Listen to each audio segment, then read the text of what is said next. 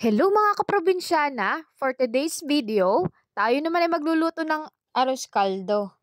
At naay nga, sinaktong gabi na ng huli ng manok at di para hindi mahirap hulihin at saka para hindi na siya lumipad. At di pagkatapos niyan ay sila nang bahalang maglinis niyan.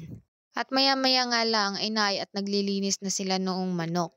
At tiyaya rin namang isang pisan kung si LJ ay nakidot-dot din at nang maisama daw siya sa aking vlog. Ay dinaay nga at yan tagal din ang paglilinis nila. At naay naman si Aling Jaya, siya ang tagahiwa ng mga gagamiting sangkap. At syempre may kasama na rin yan dugo.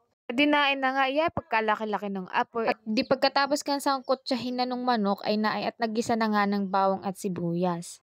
Ay di medyo nagkulang ng mantika, nilagyan ng kauntian. At pagkatapos nga medyo nagba-brown na yung bawang, ay di inilagay na rin natin diyan yung luya. Tapos sinalo-halot, nilagyan na rin yan ng toyo. Tapos ay at kasabay na rin nga nung bigas. Syempre hindi mawawala ang ginisa mix natin at saka nor chicken. At isinunod na nga din natin yung tubig dini. Hanggang sa inintay nga natin kumulo, aring lugaw o tinatawag nating arroz caldo. At habang hinihintay nga natin na maluto yung arroz caldo, dinayat ako nagsalang na ng maluhuya na saging dini. Ay di para meron tayong kaulam dun sa arroz caldo, mga kaprobinsyana, ayan, sarap naman man din. At syempre naay at naluto na nga ang ating menu na arroz caldo. Di naay at ako na ang taga-takal sa kanila, di parang naging tayo ay feeding program.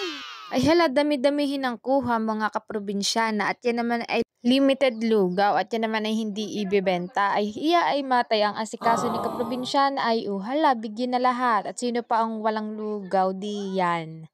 Ay dinaay na nga at di nagkakainan na ay sarap na sarap at talagang ayos na. At naay nga sa sobrang busog, di kami muna ay nag-tiktok. At di para bago matulog, hindi naman kami busog na busog. Ay iyan naman, dalawang arin-ari ay comment ninyo. Ay sakit sa tiyan.